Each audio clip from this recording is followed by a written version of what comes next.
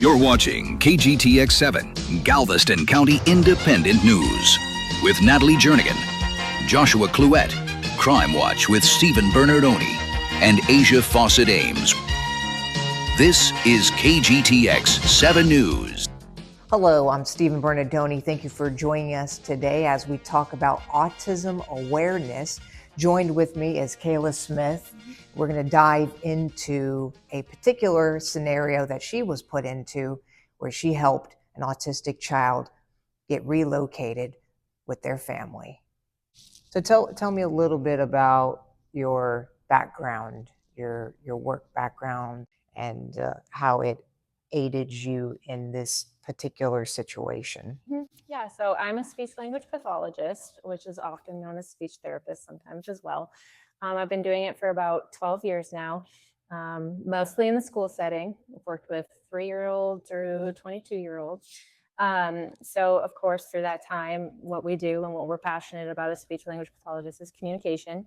And for me, working with older students now and adults, I've really seen how important it is to be able to have them communicate in one way or another, not just in the school setting, but in the community as well and at home, and how we can support families to be able to keep their kids safe and functioning in the best of their abilities in the community. But let's go into the night in question.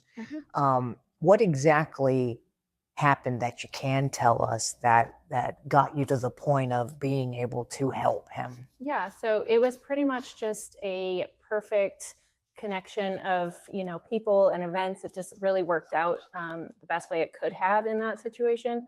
But what had happened is it was the night of League City's fireworks, July 4th fireworks.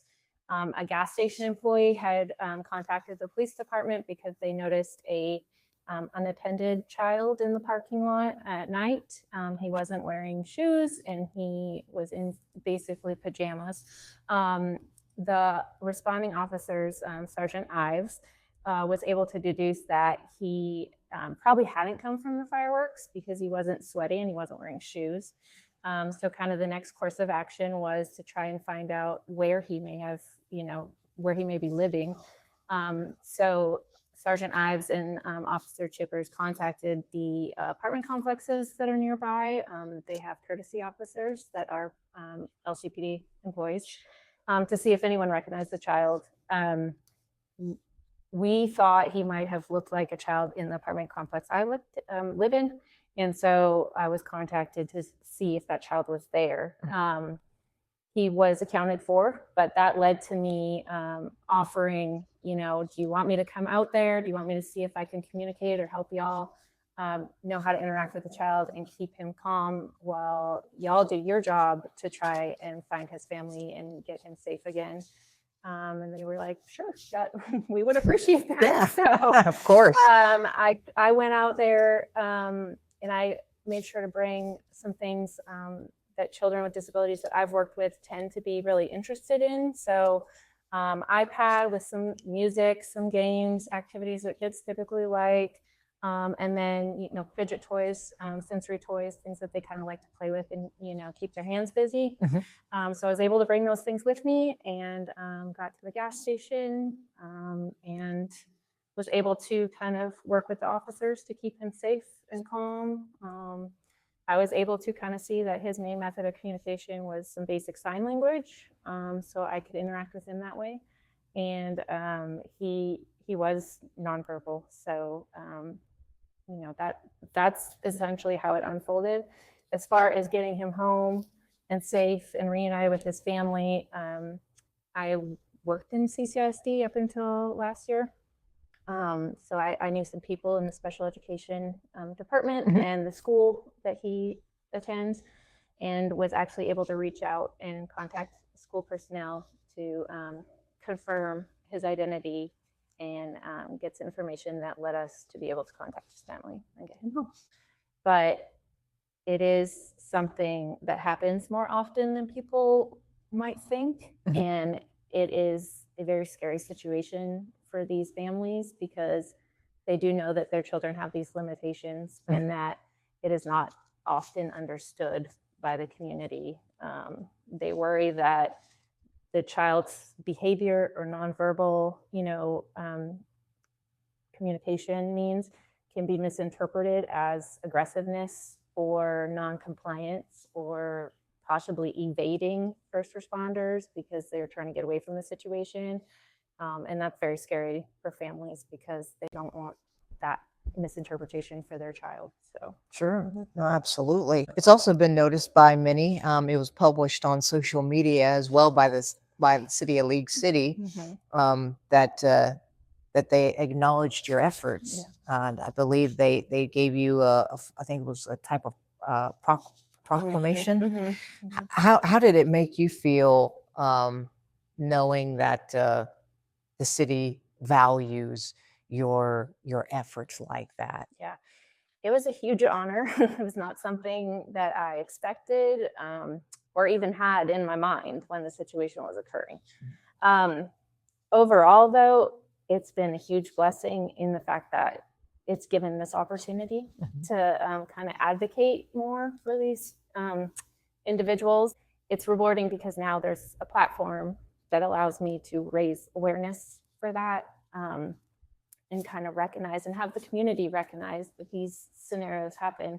And there are people and professionals that can assist, and we want to, like, that's why we get into this field. We believe that communication is of utmost importance, and the more we can spread awareness and advocate for these students who can't advocate for themselves, I mean, at the end of the day, that's the goal. Absolutely. So, And speaking of that goal, you also recently told us that you've submitted a training to the Texas Commission on Law Enforcement, the department that oversees law enforcement. Can you tell us a little bit about that training? What law enforcement agencies might expect from something like that? Yeah, of course.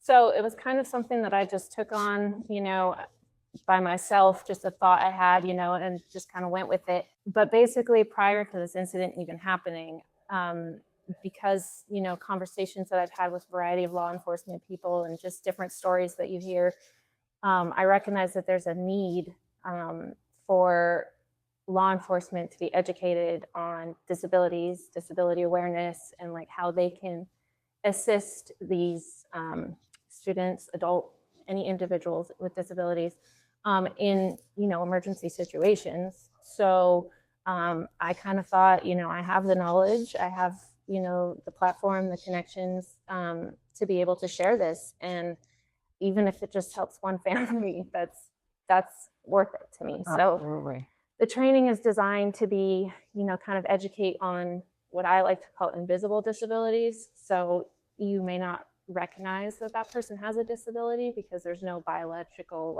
markers or visible signs of it.